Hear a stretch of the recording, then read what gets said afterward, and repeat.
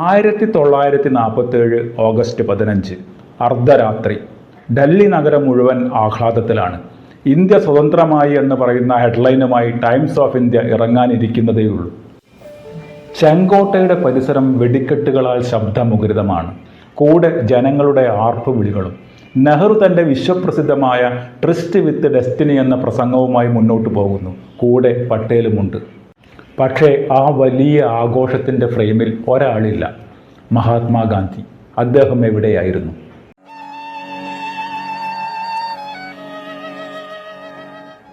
എന്തുകൊണ്ടാണ് ഗാന്ധിജി ഡൽഹിയിൽ ഇല്ലാതിരുന്നത്? ഇത് മനസ്സിലാക്കണമെങ്കിൽ നമ്മൾ ഒരല്പം പിറകോട്ട് പോകണം. വിഭജനത്തിന് തൊട്ടു മുമ്പുള്ള നാളുകളിൽ ഗാന്ധിജിയും മുഹമ്മദ് അലി ജിന്നയും തമ്മിൽ നടത്തിയ കൂടിക്കാഴ്ചകൾ നമ്മളൊന്ന് പരിശോധിക്കേണ്ടതാണ്. മുംബൈയിലെ മലബാർ ഹില്ലിലുള്ള ജിന്നയുടെ ആഡംബര വീട്ടിൽ ഗാന്ധിജി പല തവണ പോയി. ജിന്ന തൻ്റെ വിദേശ സൂട്ടിലും ആധുനിക ശൈലിയിലും ഉറച്ചു നിന്നപ്പോൾ ഗാന്ധിജി തൻ്റെ ഗദർ വസ്ത്രവുമായി സമാധാനത്തിനായി അപേക്ഷിച്ചു. ഗാന്ധിജി ജിന്നയെ മഹാനായ നേതാവ് എന്ന് വിളിച്ച് ആദരിച്ചു. അദ്ദേഹം ജിന്നയോട് ഇങ്ങനെ പറഞ്ഞു: മിസ്റ്റർ ജിന്ന, നമുക്ക് വിഭജനം വേണ്ട. വേണമെങ്കിൽ ഇന്ത്യയുടെ ഭരണം മുഴുവൻ നിങ്ങൾ ഏറ്റെടുത്തോളൂ. നിങ്ങളാവട്ടെ സ്വതന്ത്ര ഇന്ത്യയുടെ ആദ്യ പ്രധാനമന്ത്രി. പക്ഷേ രാജ്യം വിഭജിക്കരുത്. പക്ഷേ ജിന്ന വിട്ടില്ല. അദ്ദേഹം പറഞ്ഞു: മിസ്റ്റർ ഗാന്ധി, നമ്മൾ രണ്ടു രാഷ്ട്രങ്ങളാണ്. നമുക്കൊരിക്കലും യോജിച്ചു പോവാനാവില്ല. ഇതായിരുന്നു ജിന്നയുടെ മറുപടി.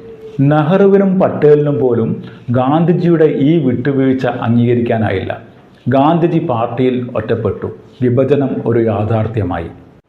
ബംഗാളിലെ നോ അഘാലിയിൽ വർഗീയ ലഹളകൾ പൊട്ടിപ്പുറപ്പെട്ടു. ഹിന്ദുക്കളും മുസ്ലിങ്ങളും പരസ്പരം കൊന്നൊടുക്കുകയായിരുന്നു. അവിടേക്ക് ഗാന്ധിജി പോയത് ഒരു സൈന്യത്തിൻ്റെ അകമ്പടിയോടെയല്ല. അദ്ദേഹത്തിൻ്റെ കയ്യിലുള്ള വടിയുമായി അദ്ദേഹം അവിടെ മുഴുവൻ ചുറ്റിക്കറങ്ങി. ചിലർ ഗാന്ധിജി നടക്കുന്ന വഴിയിൽ ചാണകം വാരിയെറിഞ്ഞു. മുള്ളുകൾ നിരത്തിവെച്ചു. ഗാന്ധിജി ചെരുപ്പഴിച്ചു വെച്ച് നഗ്നപാതനായി നടന്നു. ഒരിക്കൽ ഒരഭയാർത്ഥി ചോദിച്ചു: സമാധാനം പറയുന്നത് എളുപ്പമാണ്. എൻ്റെ കൊല്ലപ്പെട്ട കുടുംബത്തെ നിങ്ങൾക്ക് തിരികെ തരാൻ സാധിക്കുമോ? ഗാന്ധിജിക്ക് മറുപടി ഉണ്ടായിരുന്നില്ല. അദ്ദേഹം മൗനമായി ആ കുടുംബത്തിനൊപ്പം ഇരുന്നു. ഓഗസ്റ്റ് 15 പുലർന്നപ്പോൾ പത്രക്കാർ അദ്ദേഹത്തോട് രാഷ്ട്രത്തോടുള്ള സന്ദേശങ്ങൾ ചോദിച്ചു. പക്ഷേ ഗാന്ധിജി പറഞ്ഞു: എനിക്കൊന്നും പറയാനില്ല. എൻ്റെ ഉള്ളം വരണ്ടിരിക്കുന്നു. അദ്ദേഹം അവിടെ ഉപവാസത്തിലായിരുന്നു. കൽക്കട്ടയിൽ ലഹള പടരുന്നത് കണ്ടപ്പോൾ അദ്ദേഹം അവിടെ നിരാഹാരത്തിനിരുന്നു. അത്ഭുതമെന്ന് പറയട്ടെ, ആ വൃദ്ധൻ്റെ നിശ്ചയദാർഢ്യം കണ്ട് അക്രമികൾ ആയുധം താഴെ വെച്ചു.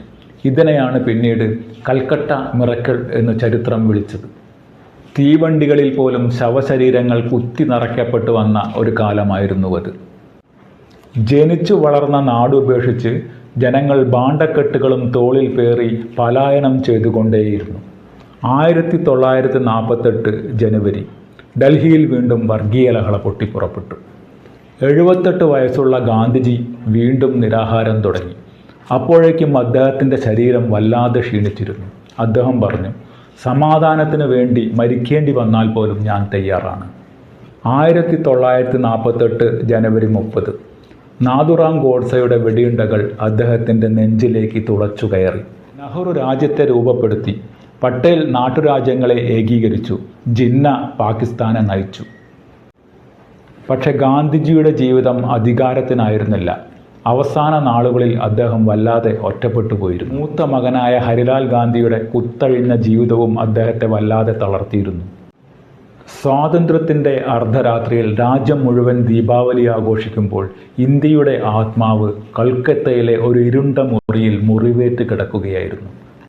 ഈ ചെറു വീഡിയോ നിങ്ങൾക്ക് ഇഷ്ടമായെങ്കിൽ സബ്സ്ക്രൈബ് ചെയ്ത് അഭിപ്രായങ്ങൾ രേഖപ്പെടുത്തുക.